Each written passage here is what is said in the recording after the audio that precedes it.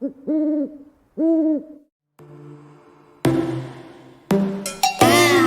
your bedroom, we stopped counting the days, lost in the rhythm. Hi, hello. My name is Amy Prokopis and I am an author, and in this video I am going to be talking about all of the things that I have learned and gained after publishing my series, Guardians of the Sixth Gate. Lately, all of the audio on my videos has sucked, so hopefully this one's going to be better. I accept that this is not the cutest setup, but we are rolling with it. So I already said that in this video, we are going to cover everything that I've learned from publishing my series. So just some background, I have actually written a bunch of series. This is not the first one that I have ever written. It's the first one that I have written and then published. And that little key there, publishing, changed a lot of things for me in the way that not only do I write a series, but also the marketing and the publishing process that then comes after. So I thought I am not the only one that is going through this, and I'm not the only one that will go through this. And so I decided to film this little video, even just for myself to look back on and see how things have changed, but also if in case it's helpful to any of you guys out there who are also publishing a series or maybe planning for one. So let's chat about it. Let's get into it with my first item on the list. First, plan/outline as much as you can for the entire series before you ever start the first book. Now, I am a pantser, so if you are also a pantser, you probably just scoffed big time when I said plan and outline, because us pantsers don't typically do that. We don't really enjoy doing that, and that is perfectly fine. There are so many different ways to go about writing a book, and what works for you might not work for somebody else, vice versa. I'm not the one to say ever how you should or shouldn't write a book, because I don't write the book the same as anyone else. So when I say plan and outline, the way that looks for me, I typically get a very, very loose outline of the entire series. And when I say loose, I mean I have maybe like beginning, middle, end for each book planned out before I start. So I will know where book one starts, the big conflict in the middle, how book one ends, and then I know where we pick up in book two. And I'll do that for the entire series, knowing where we're gonna end for the whole thing. I may not know all the little details in the middle, exactly how we get from the big points, but I know the gigantic overarching story. And that is my structure. I think of that a lot in terms of like building. If you are in construction, if you build a house, planning the absolute basics to the series is like setting that foundation. It's the concrete slab underneath. It keeps the entire house from sinking in. It keeps the whole thing together, essentially. That is what this step is for me. So that was really the biggest tip, and this is something I've done from the very beginning. I always sit down and I get an idea for the entire series when I've started with an idea, or I get a book and I even have an idea that this might be a longer series. I hit pause and I think on it, because if I cannot figure out where we're going to end with the entire series, then it may not be a good idea to try starting it at all. The second thing on this list is the start of our marketing and promotion portion. The rest of this video will be heavily about the publishing side. So number 2 is to plan your theming and branding for the entire series ahead of time. The reason I would suggest sitting down and deciding the theming and the branding for the entire series is primarily for covers. The last thing that you want to do is write book one. Book one's ready to go. You have the entire series planned out and you theme it one way, and then you decide that only works for book one, and now there's no other way to recreate it, the cover, for the rest of the series to make it then look like it's a series. So if you can get some basic principles of design and how you want to theme the entire series figured out before you start, it just makes it a lot easier to keep it consistent across the whole thing as far as expectations go. That way, your readers, when they see a certain post maybe on your Instagram or a YouTube video, if it is in a similar style to book one, that is going to be a huge like light bulb moment for them that, oh, this is an announcement for book two, or this is an update on the whatever series. And it's going to keep their interest visually. And it's basically like highlighting something on a page, right? It just draws your eye in if it's something that you know you already enjoy. So if you can keep the branding consistent across all of it and start planning all of those aspects before you start, it is much easier to continue through. So for me, for instance, when it came with covers for Guardians of the Sixth Gate, this is a step that I did not do. And thankfully, my amazing and wonderful cover designer, Lena Yang, did it for me. So she thought it would be fun with the cover to play on the idea of circles. So in the Guardians of the Sixth Gate series, a group of guardians that are supposed to be together, that are connected to the same gate, is called a circle. And she took this idea, this one itty bitty little idea within the book, and she decided that is going to be something that we put on every single cover. It's going to be a nod towards the circle. And so that is why all of the Guardians of the Sixth Gate books have that circular pattern on the front. And then in the middle, we decided we would switch that element out to be different per book. So that is the element that changes, that is specific to each book, that makes each book different and have its own unique cover. But that little circular background is what ties it together as an entire series. And that is something that I am so thankful that she did to begin with, or else finding covers that tied together would have been a little bit more difficult for me. So I have definitely learned through her to keep an eye for design in mind when it comes to the way things look visually, because let's face it, your book cover definitely helps sell your book. People definitely judge a book by its cover. So if you can tie it together and package it all as one series to make it look consistent, you can increase the number of people that are going to read through it. And you also increase recognition that that book belongs to this series.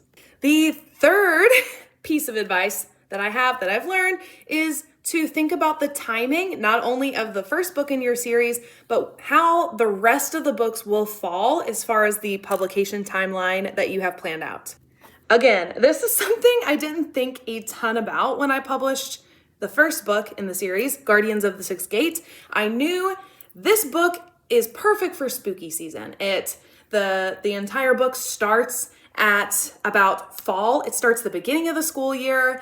It goes into the fall season. It's a little like spooky in theming. It's Halloween-y. This book needs to be published close to Halloween so that people are like getting hyped about it. It fits everything else out there. That makes sense. I did not think about where book two would fall. And there's a lot of reasons I didn't do that, because one, I had not fully planned out the writing and outlining for book two, but I did not think about the times that certain books sell best. So things like romance, people expect romance or want romances close to Valentine's Day, right? And in the spring. People kind of expect and enjoy fantasy books in the fall when things are spookier, close to Halloween, and we just like fantasy at that time of the year. So there are different times of the year that certain genres do best, and that can be a huge benefit to the entire marketing behind your book and also your series. So not only can it help your whole series, but by thinking about those individual books and where they fall in your timeline can amplify your series. So for instance, in Guardians of the Sixth Gate, the entire series takes place over 1 year. It is Tori Johnson's senior year, and if I had thought ahead and if I had had the time to write the books quicker, it would have made sense just because of the way the books were written for book one to happen in the fall, when all of the fall events in the book happen. For book two to take place at Christmassy time and publish it then, because at that time in the series, it's Christmas time. We're talking about like Thanksgiving happens, Christmas happens, it would have made sense to read that story during Christmas time. And then book 3, which is getting ready to release in October, it would have made sense if I could have released that in the spring, because that is when the spring happens in the book and graduation happens in the book. And it would have made sense thematically to read them all in that kind of a sequential order when it made sense for the seasons that the reader is reading them in. Holy moly, that was a mouthful. So that is something that I also take into account now when I plan out a series. So I'm getting ready to publish a vampire romance, and I am thinking about not only how many books are in the series, I'm doing that pre-planning like we just talked about, but I'm also thinking about when the best times to publish a vampire romance may be and what is achievable and manageable with my time in order to get the most out of the timing of publication. So, that was a whole mouthful. Let's move on to the next one. The fourth piece of advice that I have learned, and also a piece of marketing advice, is that sell the first book in your series. So prioritize your marketing for book 1 over the marketing for the rest of the books in your series. Now, I'm not saying not to market the other books in your series. There are definitely going to be scenes that are memorable, right? And scenes that people just get really excited about and that might sell the book itself just because that scene happens. And that scene might be in one of the other books later down the line. However, you want to direct people to book 1.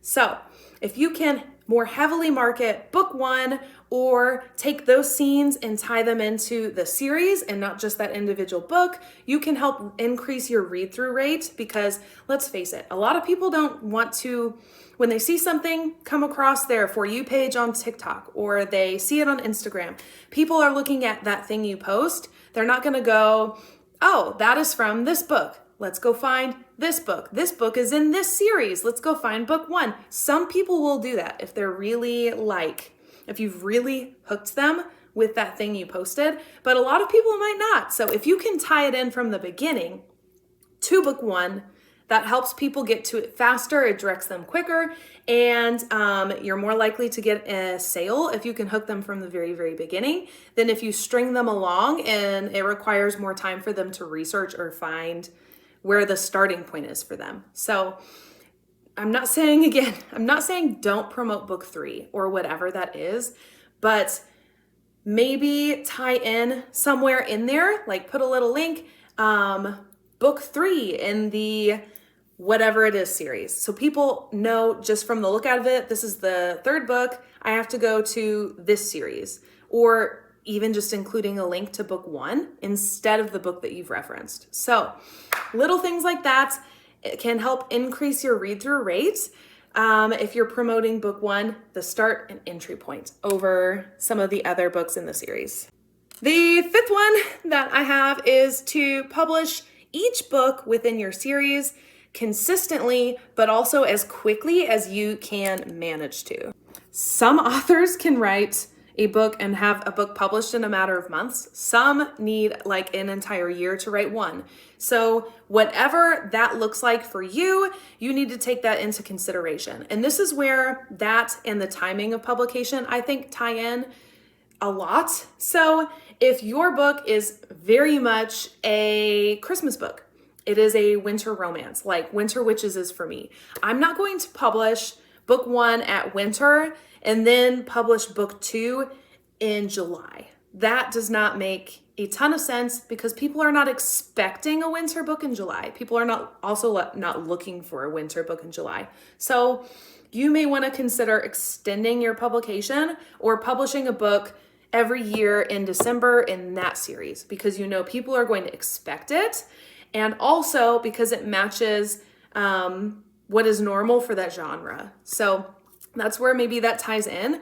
Also, something to consider, however, if you have a book where seasons, or maybe even it's normal to have books published across that genre at a lot of different times throughout the year, so timing is not as big of a factor for you, it's also worth noting that there are a lot of readers out there, especially in today's day and age of like binging on Hulu and Netflix, there are a lot of readers out there that don't like to read a series until it's complete. So if you're an author, especially if you're a full-time author, you may want to consider trying to publish a series as quickly as you can, because you can lower the amount of time between each series, which means that more people are going to read your books a little bit quicker, or they're more likely to pick your book up if they know the next one's right behind it, versus if you release one book a year. That may mean that you may see a month where you have a lot of royalties because you just published that book, but then there's not a lot going on and people kind of dip off, and then some of those readers might forget about your series and not know that you've published it unless they follow you on social media or your advertising's really good and it reaches them. They may completely forget about your series and they may not return to it to read book 2, or they may not even read it at all until you have book 5 out. And if you are an author that writes one book a year, that means they may not read your book for 5 years, if at all. So binging is something that I have incorporated a little bit more into some of my marketing. I really like writing book series. I love writing that way. That's how I tend to write, is lengthy like that. And so the way that I am working around this is I'm going to try and have multiple series publishing at the same time. So for me, I am planning to release my vampire romance in the springtime. So I'm planning on book 1 being in the spring, maybe publishing book 2 in the fall. So that's a pretty good amount of space for me.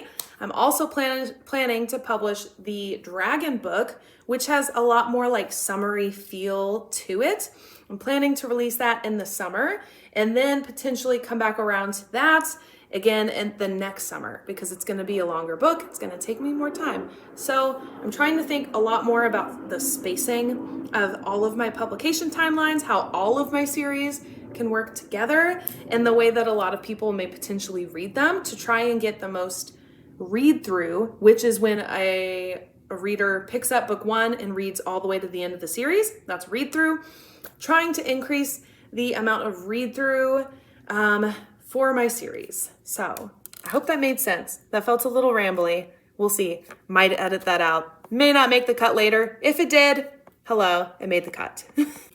Number 6 is something that kind of comes after publication, and that is consider giving away the first book in the series at a heavy discount, or doing like a free book giveaway to try and hook readers in and get them to read through the entire series. Sometimes, especially if it's a long series, people are a little hesitant to jump into something for a lot of reasons. Like I said a minute ago, some people don't like to read a series until it's finished, and so they're hesitant to even begin it.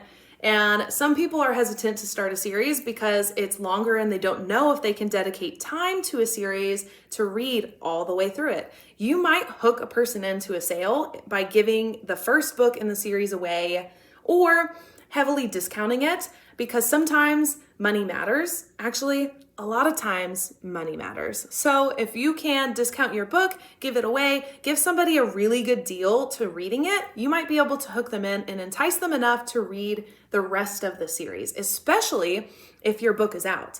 If you have a completed series, something that I plan to do once I finish Guardians of the Sixth Gate, now that I've learned a lot more and have grown my marketing strategies, I plan to go in and discount book 1 a lot, because I'm hoping that by doing that, people are more likely to pick it up and that people will love it the way I love it. Maybe it's their thing, they'll give it a chance, and then maybe they'll be willing to spend a little bit more on book 2 and 3 to read the entire series. So that is something that I'm planning to do and implement in my strategy.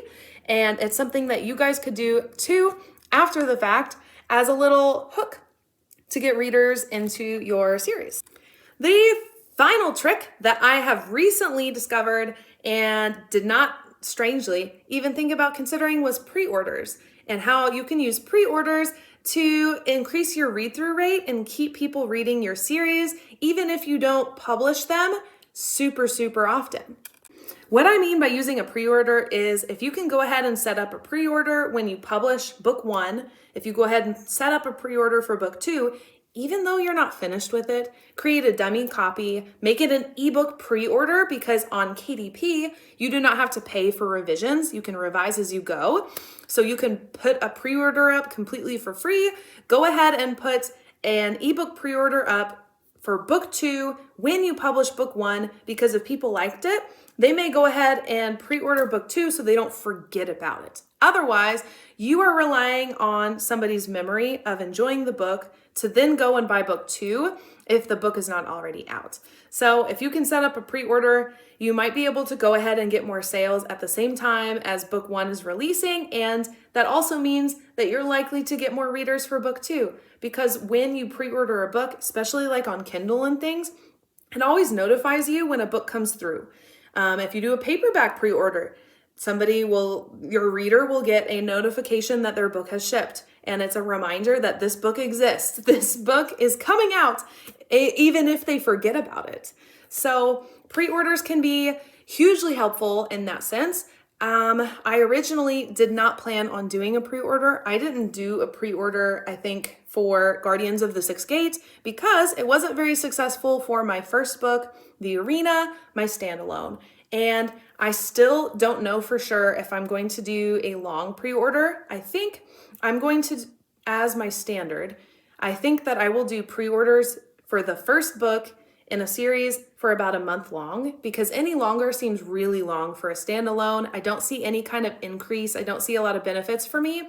So my plan with my new series, The Vampire Romance, is to do a 1-month pre-order for book 1 and go ahead and set up a pre-order starting on release day for book 2.